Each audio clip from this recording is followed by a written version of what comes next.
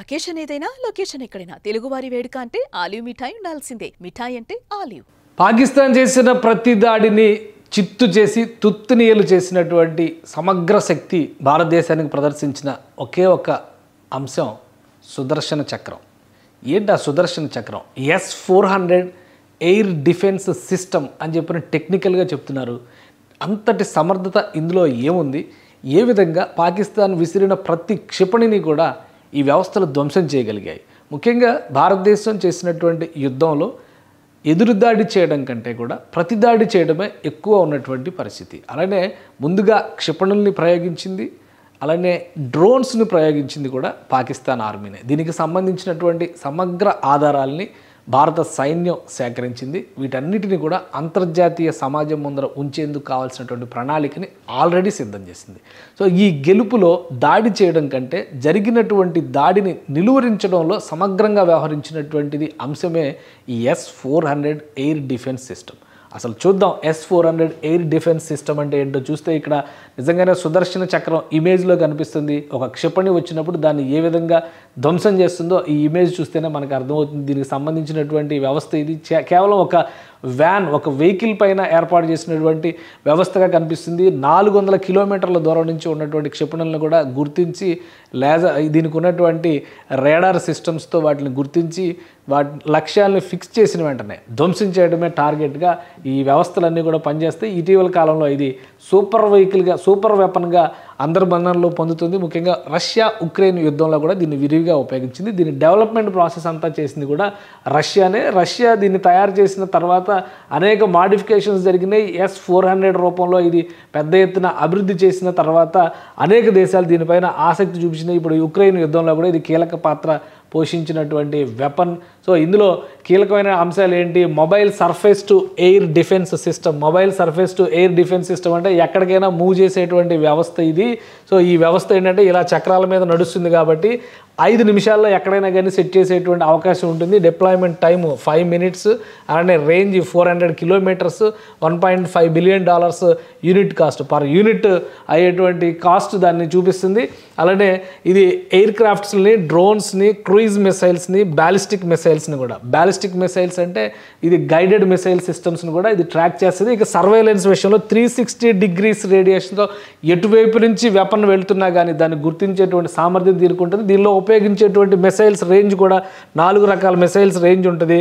9M96E, 48N6E2, అలానే 48N6DM, 40N6E, ఇవన్నీ కూడా ఒక్కొక్క రేంజ్ ఉన్నాయి చూడండి. 400 కిలోమీటర్లు, 250 కిలోమీటర్లు, 200 కిలోమీటర్లు, 120 కిలోమీటర్లు. సో ఒక సమగ్రమైనటువంటి అధునాతనమైన వ్యవస్థగా దీన్ని మనం చూడాల్సి ఉంటుంది. ఈ వెపన్ని తయారు చేసినటువంటి విధానమే చాలా ఆసక్తికరంగా ఉంటుంది. మీరు చూస్తే ఇది పనిచేసేటువంటి విధానం 360 డిగ్రీస్ అన్నారు కాబట్టి ఎటు నుంచి వెపన్ వచ్చినా కానీ దాన్ని ట్రాక్ చేసే విధంగా దీన్ని డిజైన్ చేశారు. రష్యన్ ఇంజనీర్స్ దీన్ని తయారు చేశారు.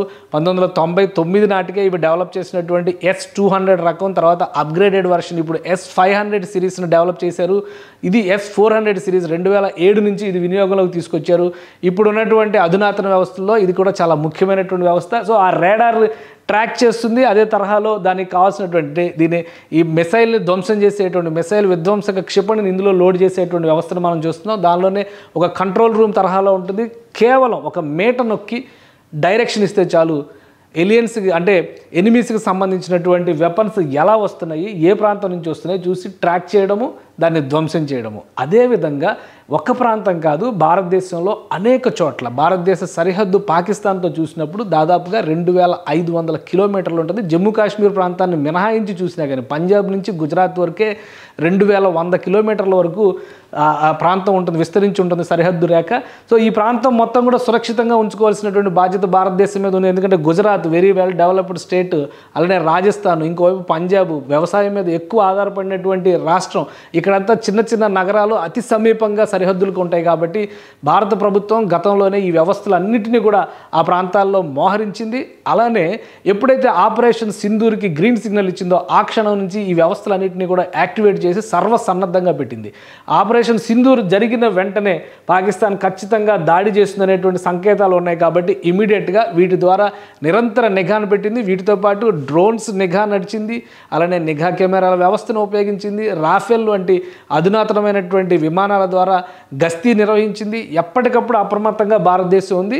కానీ మిసైల్ వేసిన తర్వాత దాన్ని ధ్వంసం చేసేటువంటి లక్షణం, దాన్ని ధ్వంసం చేసేటువంటి అధునాతనమైనటువంటి శక్తి సామర్థ్యాలు ఉన్నది మాత్రం ఈ సుదర్శనాస్త్రానికే. అందుకే ఈ సుదర్శన చక్రమే సమగ్ర విజయాన్ని సాధించడంలో కీలక పాత్ర పోషించిందని ఆర్మీ నిపుణులు సైతం చెబుతున్నారు. ప్రపంచంలో చాలా యుద్ధాలకు సంబంధించి ఇలాంటి ఒక ఐరన్ డోమ్ సిస్టమ్ అని చెప్పని చాలా క్లియర్గా ఇజ్రాయెల్ దేశం డెవలప్ చేసింది. దాంతో పోల్చి చూసినప్పుడు ఇది మరికొంత అడ్వాన్స్డ్ అని చెప్పి అంటున్నారు. అలానే ఐరన్ డ్రోన్ సిస్టమ్ ఏంటంటే దీనికంటే అంటే 400 కిలోమీటర్ల రేంజ్ ఉన్నటువంటి వెపన్స్ని నిలువరించడం కంటే కూడా దాని రేంజ్ కొంత తక్కువ అనేటువంటి అభిప్రాయం ఉంది. రష్యన్ మోడల్ మాత్రం బాగా సక్సెస్ని సాధించినటువంటి మోడల్. సో ఇప్పుడు భారతదేశపు గడ్డ మీద ఒక్క పాకిస్తాన్ క్షిపణి కూడా పడడానికి అవకాశం లేకుండా అడ్డుకున్నటువంటి సుదర్శన చక్రం మాత్రం ఖచ్చితంగా S-400 ఏరో డైమెన్షన్లో ఉన్నటువంటి ఏరో డిఫెన్స్ సిస్టమ్ కింద మనం అంగీకరించాల్సి ఉంటుంది. భారతదేశం ఒక వ్యూహాత్మకమైనటువంటి యుద్ధాన్ని చేసింది. పాకిస్తాన్ పదే పదే కవ్వింపులకు పాల్పడడం, జమ్మూ కాశ్మీర్లో ఫైరింగ్ చేస్తుండడం, మరోవైపు పంజాబ్, రాజస్థాన్లో, గుజరాత్లో సరిహద్దులపైన మిసైల్ అటాక్స్ చేసేటువంటి ప్రయత్నం చేసినప్పుడు మొదటి టార్గెట్ పాకిస్తాన్కు ఉన్నటువంటి ఎయిర్ డిఫెన్స్ సిస్టమ్స్ని కొలాప్స్ చేయడం. అవన్నీ కూడా అమెరికన్ మేడ్, చైనీస్ మేడ్, ఇవన్నీ కూడా కొలాప్స్ అయిపోయినాయి. వాటిని ధ్వంసం చేసిన తర్వాత నేరుగా పాకిస్తాన్ నగరాల మీద అటాక్ చేసింది. పాకిస్తాన్ వేసినటువంటి క్షిపణుల్ని అడ్డుకునేందుకు ఈ సుదర్శన చక్రాన్ని అడ్డుగా వినియోగించింది. ఇది 100% పనిచేసింది. సమగ్ర విజయాన్ని భారతదేశానికి అందించడంలో S-400 సక్సెస్ అయిందని చెప్పి మనం చెప్పొచ్చు. ఇది ఒక సుదర్శన చక్రంలా మన చేతిలో నిలిచిందని చెప్పడానికి ఇంతకంటే ఆధారం ఉండదు. కాబట్టి రక్షణ వ్యవస్థల్ని బలోపేతం చేయడం, నిఘా వ్యవస్థల్ని పటిష్టం చేయడం, దాడి జరిగిన వెంటనే ప్రతిదాడి చేసేటువంటి విధంగా సైన్యం మొత్తాన్ని కూడా సర్వసన్నద్ధం చేయడం, ఒక సమగ్రమైనటువంటి ప్రణాళికతో భారత ప్రభుత్వం ముందడుగు వేసింది. దానికి తగ్గట్టుగా ఇంటెలిజెన్స్ సంస్థలు పనిచేసాయి. వీరందరి సమిష్టి కృషి వలన 48 గంటల్లో పాకిస్తాన్ తోక ముడిచేంతటి బలమైన విజయాన్ని భారత్ నమోదు చేయగలిగింది.